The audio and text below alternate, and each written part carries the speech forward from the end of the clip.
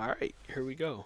So here is my Scareclaw deck, and the hand I started off with is a little bit rough, but like I say, this deck almost never bricks. You're almost always going to have a play.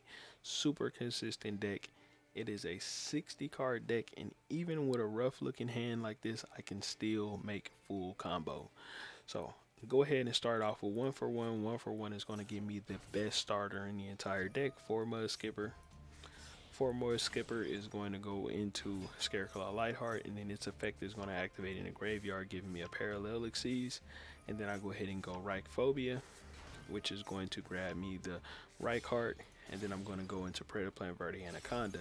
Now, I could have actually, instead of getting Arrival, just got the Trap, since I already have Scythe in my hand, and that would actually give me an Omni Negate.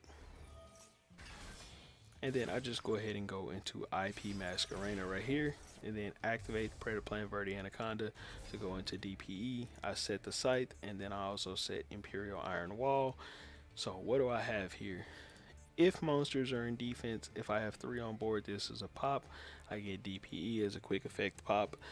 Scythe, if this card gets popped, it hits the graveyard, comes back on my opponent's turn. Of course, it would actually lock them out of being able to use any monster in their extra deck.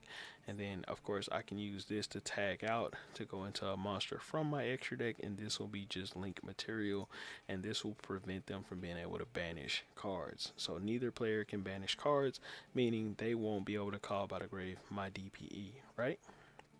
So if they have Call by the Grave, I can stop it with Imperial Iron Wall unless they destroy Imperial Iron Wall, of course. And then I got this card for follow up next turn, right? So boom, I go ahead and activate DPE. I was going to target the Scythe and my DPE right here to pop both of these, and he's going to activate Forbidden Chalice. Now, if this were me, I would not activate Forbidden Chalice at this particular point. There's a reason for this. For one, if you know what I'm doing, if you know that I'm popping Scythe, you're going to have a smaller body on Scythe. So 2200 versus 2500. Also, DPE has another effect. Monsters your opponent control loses 200 attack for each hero card in the graveyard, right? There's 2. So that's 400 attack that's going to be lost from my opponent's monsters.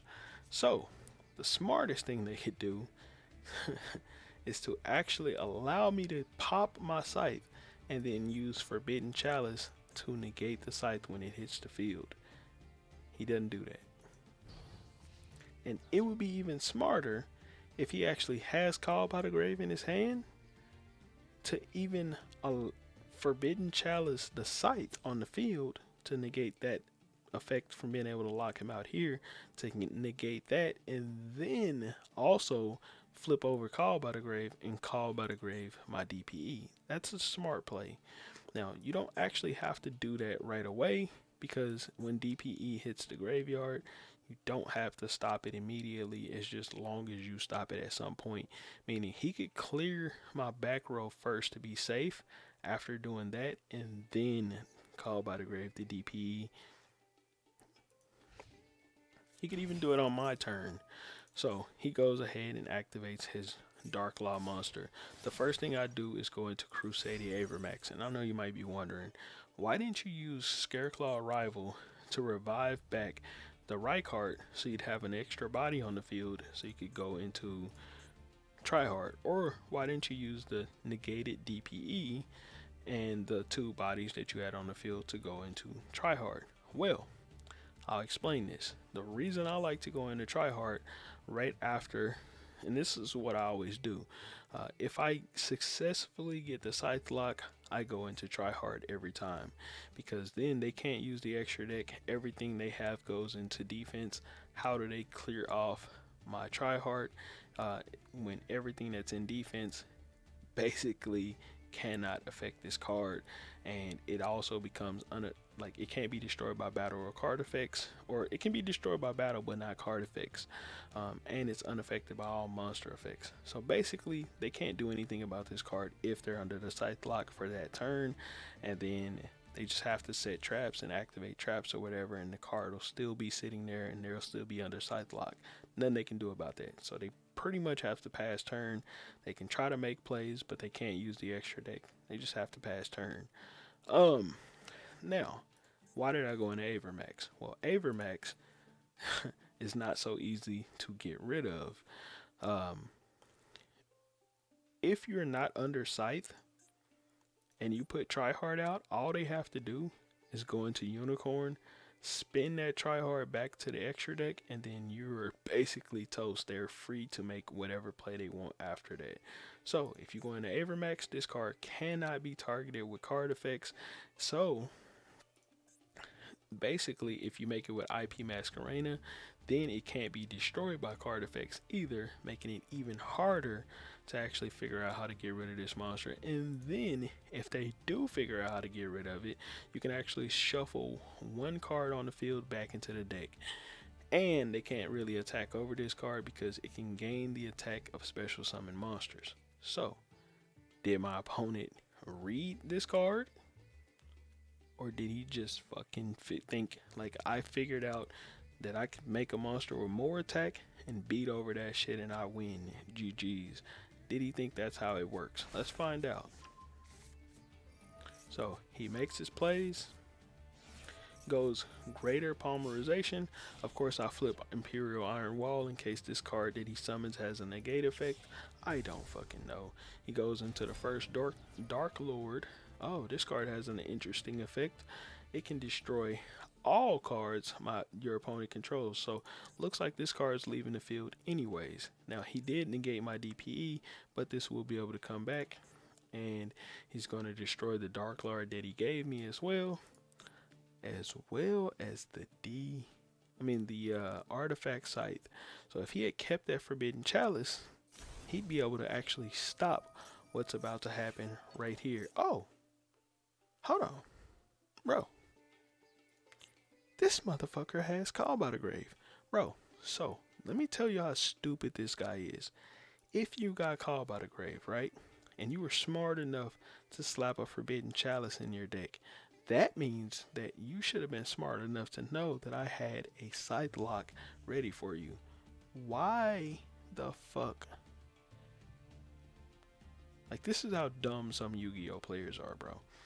Why didn't you Call by the Grave the DPE when I popped it,